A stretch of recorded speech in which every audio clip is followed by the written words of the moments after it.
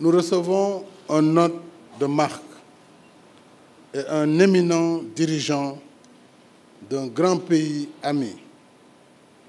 La Chine est un pays d'une vieille et riche civilisation de plusieurs millénaires. Un pays attaché à ses valeurs culturelles à travers les enseignements de Confucius. Un pays ouvert à la modernité. La Chine, c'est aussi une des grandes économies de l'ère moderne,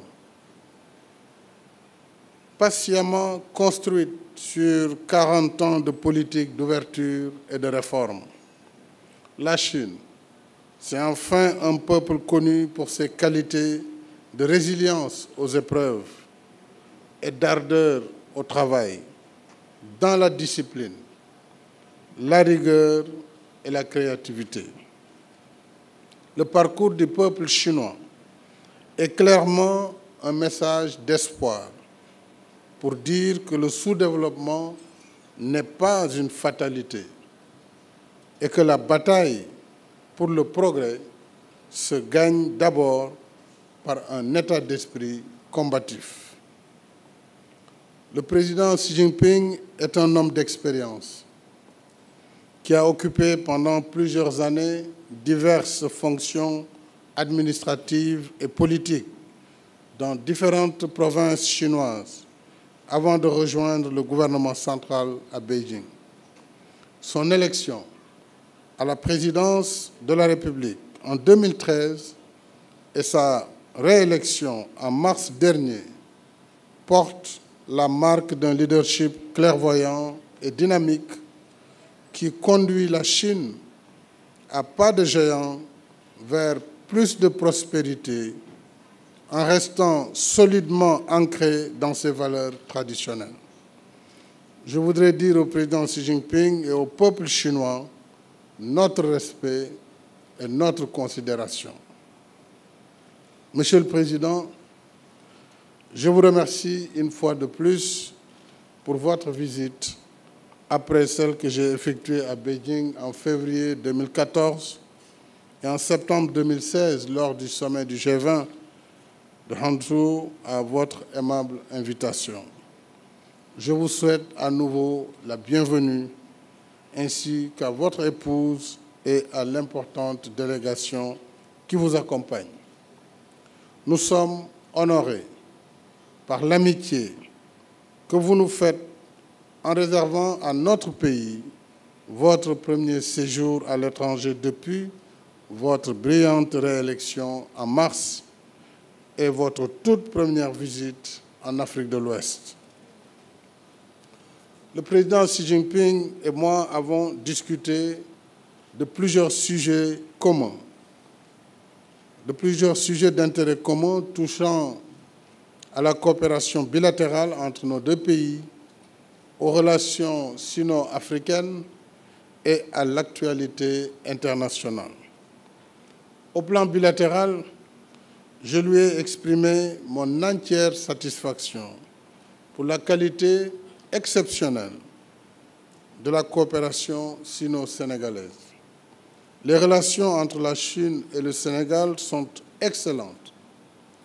Elles sont conviviales parce qu'elles reposent sur la solidarité et le respect ainsi que la confiance réciproque. Nous travaillons dans la concertation pour une coopération consensuelle et mutuellement bénéfique. La Chine est un partenaire majeur et fiable. À ce jour, notre coopération compte plus d'une quarantaine de projets et programmes et autres initiatives déjà achevées, en cours ou en perspective. Depuis le rétablissement de nos relations diplomatiques en 2005, les financements accordés par la Chine au Sénégal s'élèvent à plus de 1206 milliards de francs CFA, soit plus de 14 milliards de yuan. Et sur ce montant total, 963 milliards de francs CFA ont été mobilisés entre 2012 et 2018, ce qui représente plus de 80% de ces financements. Notre coopération porte sur des domaines aussi importants que les infrastructures, l'agriculture, le développement industriel, l'énergie, l'hydraulique, l'éducation, la santé, la culture, le sport et les technologies de l'information et de la communication. L'autoroute Ila Touba, la plus grande infrastructure routière de l'histoire du Sénégal, est un exemple illustratif de ce partenariat multidimensionnel qui sera davantage renforcé avec les importants accords que nos deux gouvernements viennent de signer dans le cadre de cette visite. En plus de cette coopération officielle, nous allons aussi promouvoir les investissements directs entre nos deux pays en facilitant la collaboration entre les secteurs privés chinois et sénégalais. S'agissant des relations sino-africaines, le Sénégal considère positivement le rôle de la Chine en Afrique. En tant que contributeur traditionnel de troupes aux opérations de paix, dont l'essentiel des activités se déroule sur le continent, le Sénégal apprécie la participation de la Chine au maintien de la paix et de la stabilité en Afrique, aussi bien en troupes que par le financement des budgets des opérations de maintien de la paix.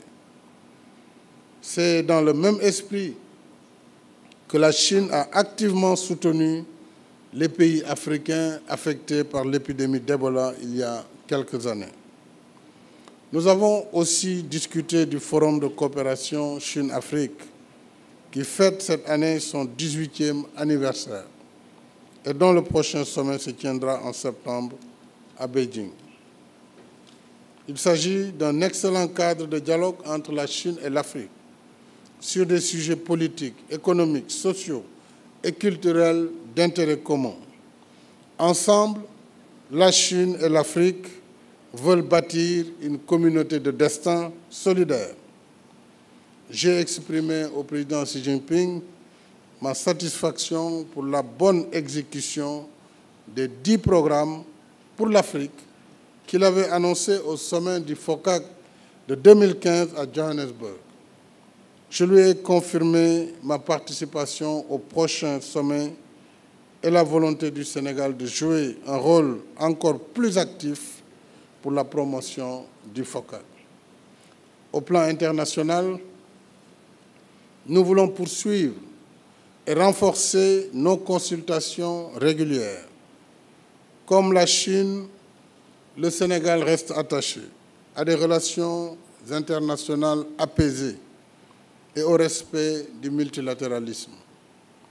Notre pays aspire à une gouvernance mondiale plus inclusive et plus équitable.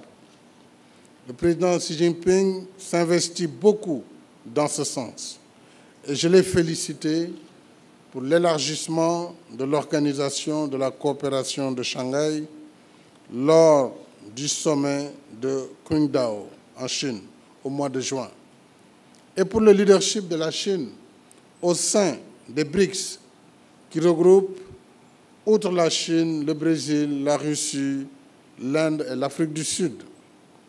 En ma qualité de président en exercice du NEPAD, je serai d'ailleurs avec le président Xi au sommet des BRICS à l'invitation du président sud-africain cette semaine en Afrique du Sud. J'ai aussi réitéré au président Xi le soutien du Sénégal à l'initiative La Ceinture et la Route qu'il a lancée en 2013 en partant de l'histoire des anciennes routes de la soie pour encourager la connectivité et les échanges entre les pays par la construction d'infrastructures qui facilitent le transport, le commerce et l'investissement. Enfin, nos deux pays continueront à travailler ensemble dans le cadre de la réforme du Conseil de sécurité pour une représentation équitable de l'Afrique dans cet organe conformément à la position africaine commune exprimée dans le consensus des Îles Unis.